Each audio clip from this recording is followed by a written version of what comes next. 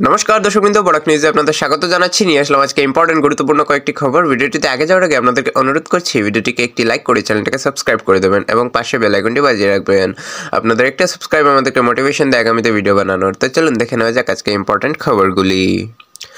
নিলামবাজারে এক ইমাম নামের মানুষের পদক্ষেপে প্রাণে বাঁচলেন 7 জন মানুষ। নিলামবাজারে মসজিদের পাশে ভোররাত্রে নিয়ন্ত্রণ হারিয়ে পুকুরে পড়ে যায় ইকো ভ্যান। দুর্ঘটনাগ্রস্ত বাহনের মানুষকে বাঁচাতে গ্রামের মানুষকে ডাকলেন ইমাম। প্রাণে বাঁচল 7 জন যাত্রীর। সিম ছাড়া আর চলবে না হোয়াটসঅ্যাপ, ইনস্টাগ্রাম, টেলিগ্রাম। নতুন সিদ্ধান্ত জালিয়াতির বিরুদ্ধে বড় পদক্ষেপ। ফোনে একটি সিম থাকলে চলবে হোয়াটসঅ্যাপ, সক্রিয় সিম ছাড়া চলবে না হোয়াটসঅ্যাপ, টেলিগ্রাম বা ইনস্টাগ্রাম। আমাদের বরাক নিউজের ফেসবুক পেজটাকেও ফলো করে রাখুন ডেসক্রিপশনে দেওয়া লিঙ্কে গিয়ে। 41 বছর পর টেওয়ারির কমিশনের রিপোর্ট প্রকাশ। অসম সরকার 1983 সালের বেশি নেলি হত্যাকাণ্ড ও তৎকালীন পরিস্থিতি তদন্ত করা ত্রিভুবন প্রসাদ টেওয়ারি কমিশনের রিপোর্ট অবশেষে 41 বছর পর প্রকাশ করেছে।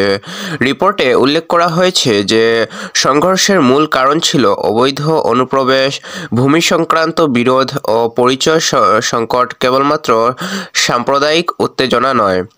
রিপোর্টে অবৈধ দখলদারি রোধ, ভূমি হস্তান্তর নিয়ন্ত্রণ এবং অসমীয়া পরিচয় স্পষ্টভাবে সংজ্ঞায়িত করার মতো গুরুত্বপূর্ণ সুপারিশ করা হয়েছিল, কিন্তু এগুলোর ওপর কখনোই পদক্ষেপ নেওয়া হয়নি।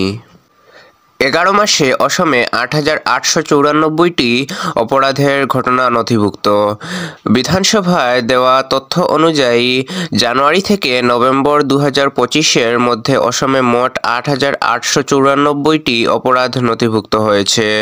এর মধ্যে সর্বাধিক চুরি 5,251টি, আর তারপরে অপহরণ 2,566টি।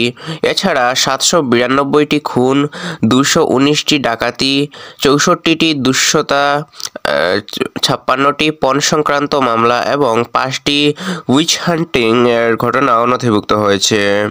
গুয়াহাটি শহরে মোট 1,583টি মামলা ধরা পড়েছে, যার মধ্যে চুরি ও অপহরণই প্রধান। সরকার জানিয়েছে যে কিছু গুরুতর অপরাধ কমেছে, কিন্তু সম্পত্তি সংক্রান্ত অপরাধ এখনও উচ্চ। শিলচরে অসম বইমেলা উদ্বোধন। 1 ডিসেম্বর থেকে 10 ডিসেম্বর পর্যন্ত শিলচর পুলিশ প্যারেড গ্রাউন্ডে অসম বইমেলা শুরু হয়েছে। উদ্বোধনী অনুষ্ঠানে বিশিষ্ট সাহিত্যিক, শিক্ষক ও সমাজকর্মীরা উপস্থিত ছিলেন। মেলার উদ্দেশ্য হল রাজ্যের পাঠ্য সংস্কৃতি ও সাহিত্য চর্চা আরও বিস্তৃত করা। রাজ্য এবং দেশের বিভিন্ন প্রকাশনা সংস্থা এখানে স্টল খুলেছে।